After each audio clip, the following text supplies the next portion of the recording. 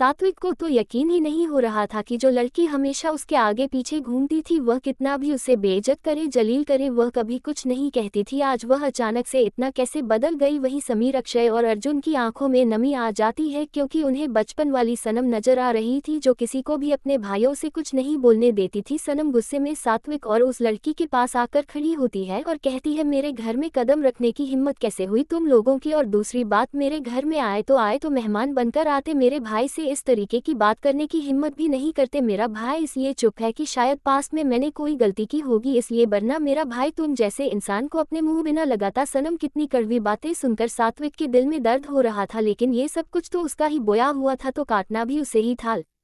सात्विक गुस्से में सनम की तरफ देखकर कहता है, तुम ये सब बातें इसलिए बोल रही हो ना क्योंकि मैं तुम्हें रिजेक्ट करके किसी और को पसंद किया इसलिए तुम बदल लेना चाहती हो मुझसे और मेरी नज़रों में अच्छा बनने की कोशिश कर रही हो ना, लेकिन तुम्हारे ये सब नाटक मेरे सामने नहीं चलेगा।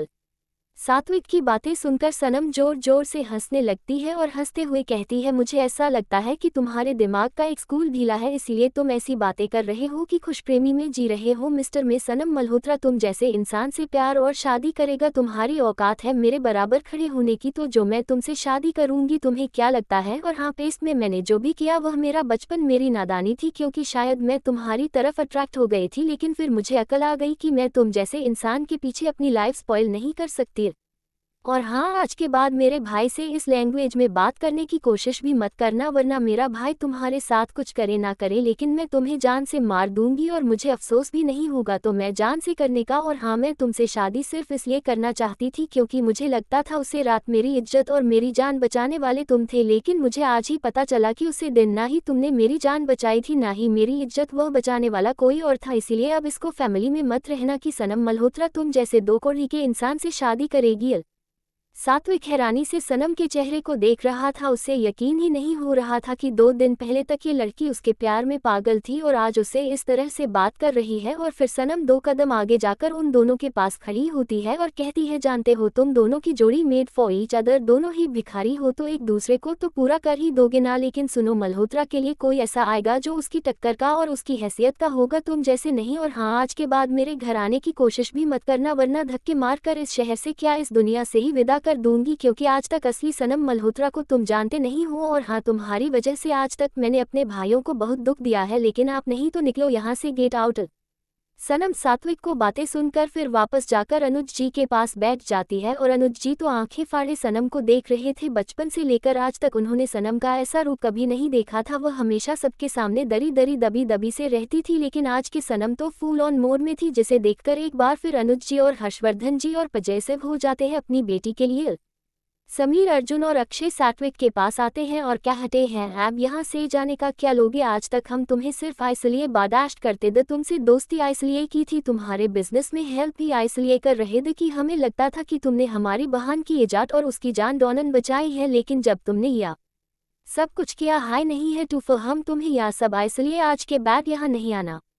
सात्विक अपने पैर पटकते हुए तुरंत ही मल्होत्रा मेंशन से बाहर चला जाता है, उसके पीछे पीछे समीर भी चली जाती है। समीर सात्विक का हाथ पकड़कर कहती है, तुमने तो बोला था ये बिजनेस तुम्हारा है इसीलिए मैं तुमसे शादी करने के लिए तैयार हुई थी, ये जब तुम्हारे पास कुछ है ही नहीं तो मैं भी तुमसे शादी नहीं कर सकती, एक भिखारी से कौन ही शादी करेगा। और एंगेजमेंट रिंग उतार कर सात्विक के हाथ पैर रखकर चली जाती है। वहीं अपने गेट पर खड़े तीनों भाई ये सीन देख रहे थे और उनके चेहरे पर एक प्राउड भारी स्माइल आ जाती है।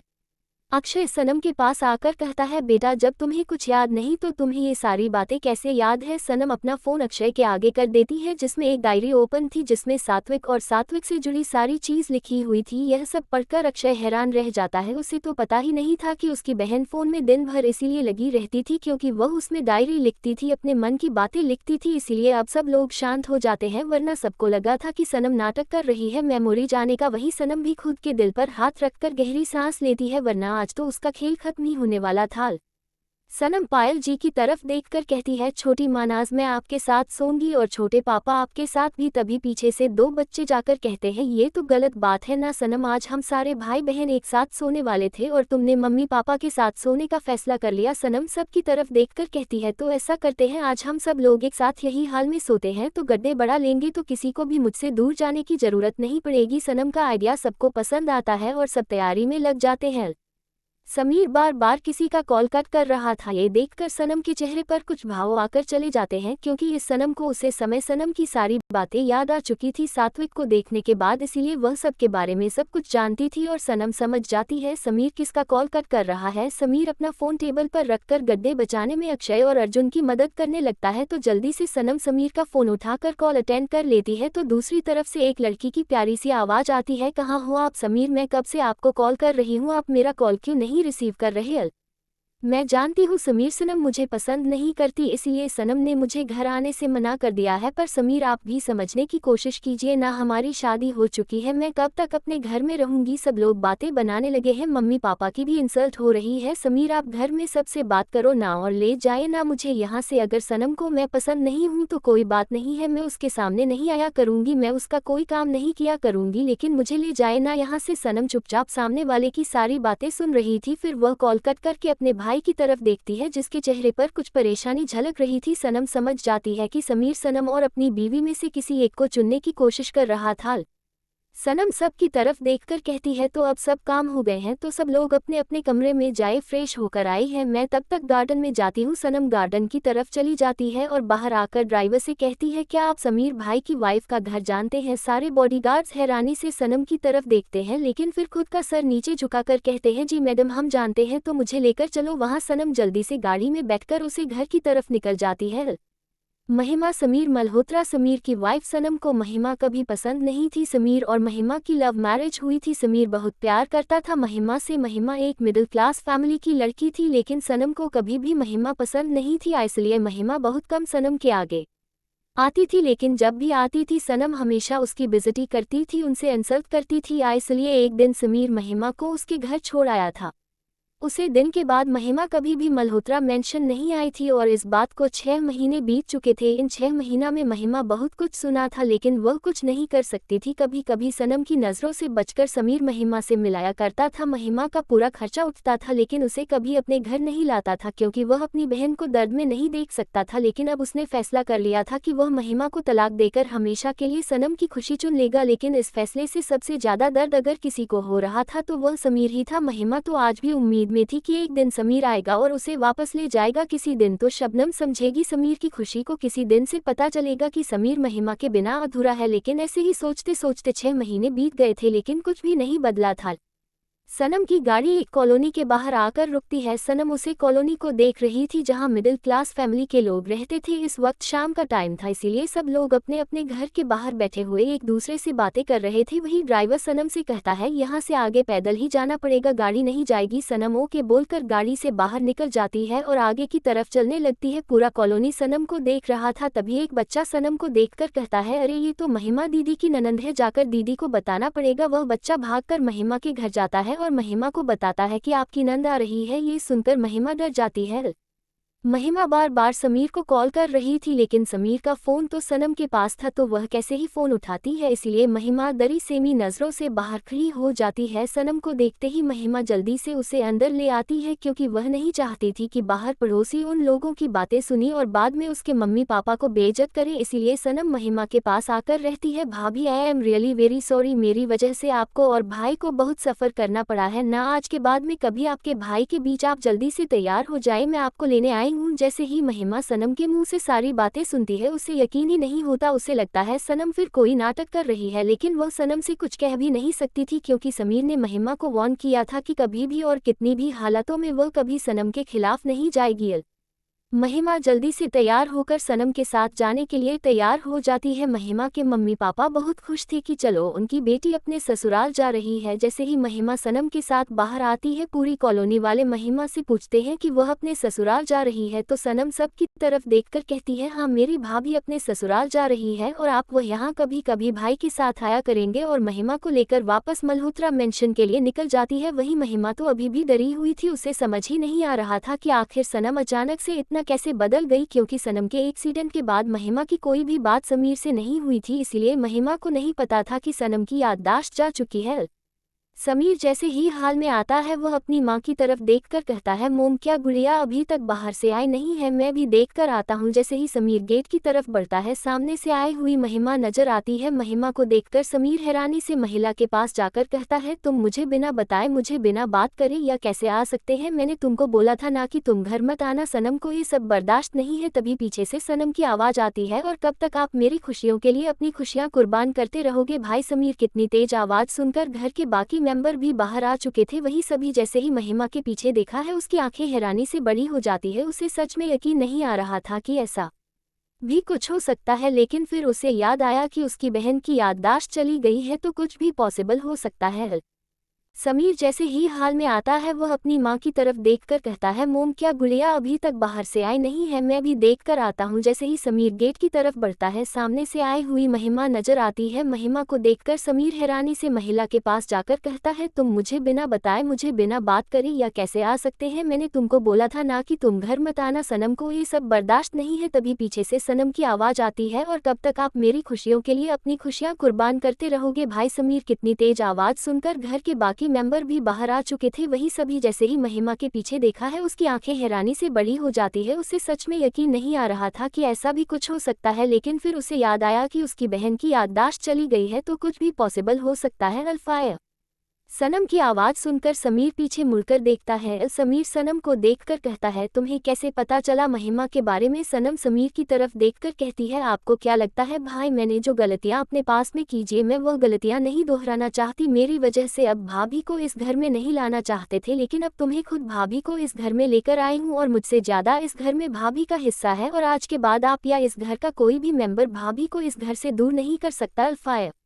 समीर सनम को अपने सीने से लगा लेता है। कहीं सनम आरती की था लेकर आती है, समीर और महिमा का गृह प्रवेश करवाती है। फिर समीर की तरफ देखकर कहती है, अब सब लोग डिनर कर लो, उसके बाद हम सब लोग साथ में ही सोएंगे, लेकिन आप भाभी के साथ अपने कमरे में जाएंगे। वहीं महिमा सनम का हाथ पकड़कर कहती है, मैं भी आप सबके साथ ही रहूंगी, मैं भी इस परिवार को और आपको बहुत मिस किया है। महिमा की बात सुनकर समीर के चेहरे पर मुस्कुराहट आ जाती है, तो सब लोग जल्दी से डिनर करके वहां लगेगा पर बैठ जाते हैं और कहते हैं, चलो बैठकर क्या करते हैं, कोई गेम खेलते हैं। अक्षय सनम की तरफ देखकर कहता है, क्यों ना ट्रुथ और डियर खेले? सनम भी हाँ बोल देती है, तो सब लोग फूल घेरा बनाकर बैठ जाते हैं और गेम स्टार्ट हो जाता है। तकिया को एक दूसरे को पास कर रहे थे, तभी म्यूजिक बंद होता है और तकिया अक्षय के पास रुकती है। तो सनम अक्षय की तरफ देखकर कहती है, आप तीनों भाइयों से सवाल मैं पूछूंगी और आपको जवाब देने होंगे। वही तीनों भाई हाँ बोल देते हैं। तभी अक्षय की तरफ देखकर कहती है, आप किसी से प्यार करते हो? सनम का सवाल सुनकर अक्षय हैरान रह जाता है और वह सनम की तरफ देखकर कहता है, ये तुम कैसी बातें कर रही हो? सनम अक्षय की तरफ देखकर कहती है, अब आपको जवाब देना होगा, आपने ट्रुथ चूज किया था। अक्षय बीच में आकर खड़ा हो जाता है और कहता है, हाँ मैं कॉलेज टाइम से एक लड़की से प्यार करता हूँ और वह लड़की भी मुझसे प्यार करती है। मैं फैमिली वालों को बताने ही वाला था पापा, वह आपके दोस्त ब्रिजभूषण अंकल की बेटी तारा है। जैसे ही हर्षवर्धन जी अक्षय की बात सुनते हैं उनके चेहरे पर एक मुस्कुराहट आ जाती है और वह कहते हैं, तुम लोगों को क्या लगता है मेरे बच्चों की जिंदगी में क्या चल रहा है? मुझे पता नहीं, मैं और ब्रिजभूषण ने तो तुम्हारी शादी भी तय करती है, बस तारा के इंडिया आने की देर है और तुम दोनों की शादी करवा दूंगा। अक्षय जल्दी से अपनी जगह जाकर बैठ जाता है, उसकी शैतान पहने उसका काम बहुत आसान कर दिया था। म्यूजिक स्टार्ट होता है और तकिए को एक दूसरे को पास करने लगते हैं। अक्षय गेम से आउट हो चुका था, इसलिए वह दादा दादी के पास बैठा था। वही म्यूजिक बंद होता है और अब की बार तकिया हर्षवर्धन जी के पास आता है। तो रागिनी जी हर्षवर्धन जी की तरफ देखकर कहती हैं, आप क्या लेंगे, ट्रुथ या डेयर? हर्षवर्धन की रागिनी जी की तरफ देखकर कहते हैं, ट्रुथ है।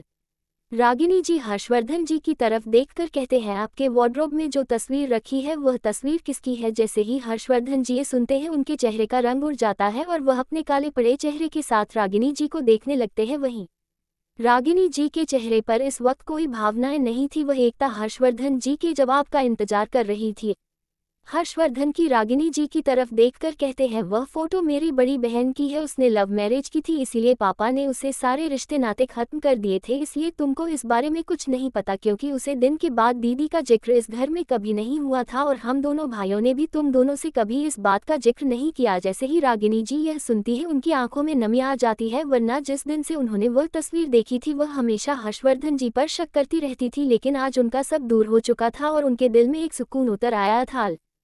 सनम जैसे ही देखते हैं माहौल थोड़ा अजीब सा हो गया है तो वह जल्दी से कहती है अच्छा चलिए टाइम आप स्टार्ट करते हैं। फिर दोबारा से स्टार्ट होता है। इस बार हर्षवर्धन जी आउट हो चुके थे। इस बार जब तक ये पास होता है तो इस बार समीर के ऊपर आता है तो सनम समीर के सामने आकर बैठ जाती है और कहती है हाँ तो आपसे सवाल मैं पूछूंगी, बताए आप क्या सुनेंगे, ट्रुथ या डरे। समीर हंस के कहता है डरे क्योंकि मैं जानता हूँ तुम ट्रुथ में पता नहीं क्या ही पूछ लोगी। सनम समीर की तरफ देखकर कहती है तो ठीक है, आपको हम सबके सामने भाभी को प्रपोज करना होगा। जैसे ही महिमा ये सुनती है उसके गाल लाल हो जाते हैं। वही समीर हैरानी से सनम को देखा है। वही अक्षय और अर्जुन तो अपनी हंसी रोकने की कोशिश कर रहे थे। कहीं समीर उठकर खड़ा होता है और महिमा के पास जाकर अपने घुटनों के बल बैठ जाता है और महिमा का हाथ पकड़कर कहता है मैं जानता हूँ पिछले 6 महीने में मैं तुम्हारे साथ जो बर्ताव किया है वह माफी के काबिल नहीं है, क्योंकि बहन और पत्नी दो अलग चीज होती है और मैं अपनी बहन के लिए अपनी पत्नी को छोड़ने का फैसला कर लिया था। तुम जानती हो महिमा, मैं इस दुनिया में सबसे ज्यादा प्यार अपनी गुड़िया से करता हूँ और मैं नहीं चाहता था मेरी गुड़िया कभी भी किसी तकलीफ में रहे, इसलिए वह फैसला किया। आज पूरे परिवार के सामने सबको साक्षी मानकर मैं तुमसे ये कहता हूँ कि मैं इस दुनिया में सबसे ज्यादा तुमसे प्यार करूंगा, लेकिन अपनी बहन से थोड़ा काम। समीर का ऐसा प्रपोज सुनकर सब लोग हंसने लगते हैं। वह प्रपोज का माफीनामा ज्यादा लग रहा था। एक बार फिर गेम स्टार्ट होता है और इस बार जब म्यूजिक स्टार्ट होता है तो तक ये बार बार पास हो रहा था। तभी म्यूजिक रुकता है और ताकि आता है अर्जुन के पास तो सनम के चेहरे पर एक शैतानी मुस्कुराहट आ जाती है और वह अर्जुन की तरफ देखकर कहती है तो भाई आपके ऑफिस में जो आपकी पर्सनल असिस्टेंट है उसके साथ आपका क्या रिश्ता है। अर्जुन सनम की बात सुनकर हड़बड़ा जाता है और वह सनम की तरफ देखकर कहता है तुमने मुझे ट्रुथ और डरे तो पूछा ही नहीं, सीधा सवाल। तो सनम रहती है क्योंकि मैं जानती थी आप दोनों ही तरीके से मुझे बचाने की कोशिश करते थे, इसलिए मैं सीधा सवाल पूछा और आपको सीधा सीधा जवाब देना है। अर्जुन गहरी सांस लेता है और सबकी तरफ देखकर कहता है उसका नाम अक्षरा है और अक्षरा और मेरी शादी 6 महीने पहले हो चुकी है। अक्षरा की शादी उसकी फैमिली वाले कहीं और कर रहे थे और जब मैं उसकी शादी में पहुंचा तो मैंने देखा बारात वापस चली गई थी, क्योंकि उन्हें लड़की का किसी और के ऑफिस में काम करना पसंद नहीं आया था। ये सब कुछ मेरी वजह से हो रहा था, क्योंकि शाम के वक्त नहीं ज्यादातर अक्षरा को उसके घर ड्रॉप करके आता था तो मोहल्ले वालों ने इस बात का इशू बना कर उसे बेचारी की जिंदगी हराम करती थी, इसलिए मैंने उससे शादी कर ली और उसे एक अपार्टमेंट देकर वहां रख दिया और वह मेरे साथ मेरे ऑफिस में काम करती है। मैं ये बात आप लोगों को बताना चाहता था लेकिन कभी हिम्मत ही नहीं हुई।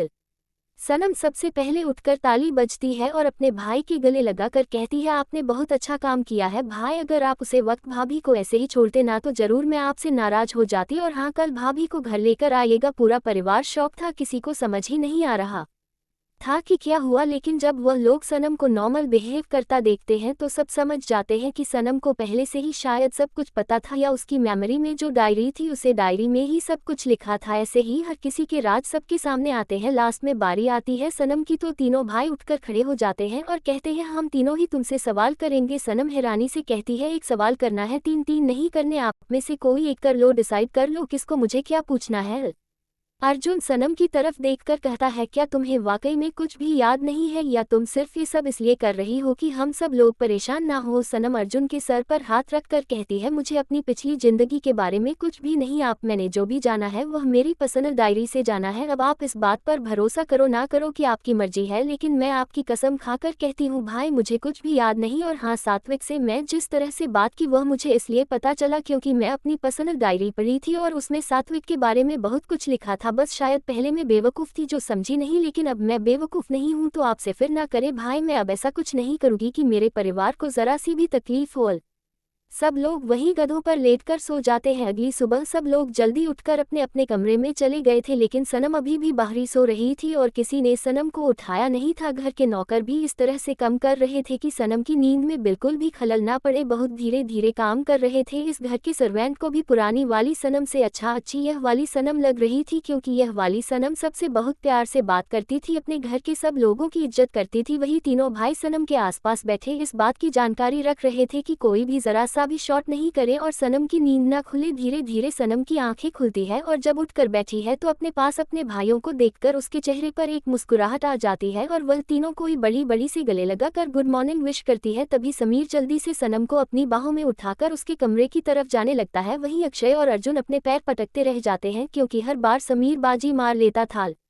ऑस्ट्रेलिया। एक 70 मंजिला इमारत के एक ऑफिस में एक लड़का अपनी हेड चेयर पर बैठा था और उसके सामने खड़ा एक लड़का सामने बैठे दूसरे लड़के को कुछ बता रहा था। उसकी बातें सुनकर उसे लड़के के चेहरे पर एक अजीब सी मुस्कुराहट आ जाती है और वह कहता है, इंटरेस्टिंग, वेरी वेरी इंटरेस्टिंग, मतलब कुछ तो ऐसा हुआ है कि मेरी जान इतना बदल गई। और क्या डॉक्टर से कन्फर्म किया सच में उसकी याददाश्त गई है? तो सामने खड़ा लड़का कहता है, जी सर जी, सच में ही लेडी बॉस की याददाश्त गई है, उन्हें अपना फैसला कुछ भी याद नहीं। और आपको जानकर अच्छा लगेगा कि लेडी बॉस ने सात्विक शर्मा को बेइज्जत करके अपने घर से बाहर निकाल दिया था। ये सब जानकर सामने बैठा लड़का हद से ज्यादा खुश हो जाता है। उसके चेहरे पर एक अजीब सी मुस्कुराहट थी। तभी उसके सामने खड़ा दूसरा लड़का कहता है, सर जी, क्या माताजी इस बारे में जानकर आपको लेडी बॉस से शादी करने से मना तो नहीं कर देंगे? वह लड़का अपनी चेयर से उठकर ग्लास बॉल की दीवार के पास आकर खड़ा हो जाता है और कहता है, तो मैं क्या लगता है राघव, मैं मेरी जान को ऐसे ही छोड़ दूंगा? तब तक मैं उसके सामने नहीं गया था, तब तक वह किसी और को अपनी जिंदगी में शामिल करना चाहती थी। आप जब उसकी जिंदगी में उसे इंसान का कोई वजूद ही नहीं है, तो अब तो उसे मेरा होने से कोई नहीं रोक सकता। ये है अभिमन्यु राजावत, हमारी कहानी के हीरो। एक डोमिनेटिंग पर्सनैलिटी के इंसान, उनके लिए इनका खून और खानदान बहुत मायने रखता है। और जब इन्होंने पहली बार सनम को देखा था, सभी से सनम के दीवाने हो गए थे। जब उन्होंने सनम की जानकारी निकलवाई तो इन्हें पता चला सनम सात्विक शर्मा के पीछे पागल है। तो इन्होंने खुद को अंधेरे में रख लिया, लेकिन उनके पास सनम की हर एक छोटी से बड़ी जानकारी मौजूद रहती थी। सनम के एक्सीडेंट से लेकर उसकी याददाश्त जाने तक इन्हें सब कुछ पता था। वैसे तो इन्हें अपने खानदान, नाम और खून का बहुत महत्व है, लेकिन जब से इन्हें सनम से प्यार हुआ तब से यह सनम से शादी करने के लिए पागल हुए जा रहे हैं। इन्होंने अपने घर में सबको कह रखा है ये किसी के साथ कमिटेड है और उनके अलावा किसी से शादी नहीं करेंगे, चाहे पूरी जिंदगी ने कुंवारा ही तो ना रहना पड़े। अभिमन्यु राजावत, राजावत इंडस्ट्रीज का सीईओ और पूरे एशिया का नंबर 1 बिजनेसमैन, पूरी दुनिया में सिक्का चलता है अभिमन्यु राजावत का। अभिमन्यु राजावत अगर किसी काम में हाथ डाल दे तो कोई दूसरा बिजनेसमैन उसका में हाथ डालने की सोचता भी नहीं है। अभिमन्यु राजावत खुद में ही खौफ का दूसरा नाम है। जहां अभिमन्यु राजावत हो वहां कोई दूसरा खड़ा ही नहीं हो सकता। उनकी नज़र एक बिजनेस पार्टी में सनम मल्होत्रा के ऊपर पड़ी थी, तब से सनम मल्होत्रा के दीवाने हैं ये, लेकिन कभी सामने नहीं आए। लेकिन अब सनम की जिंदगी में एक जुनून और पागलपन की शुरुआत होने वाली थी। क्या रंग लाएगा अभिमन्यु का सनम की जिंदगी में आना?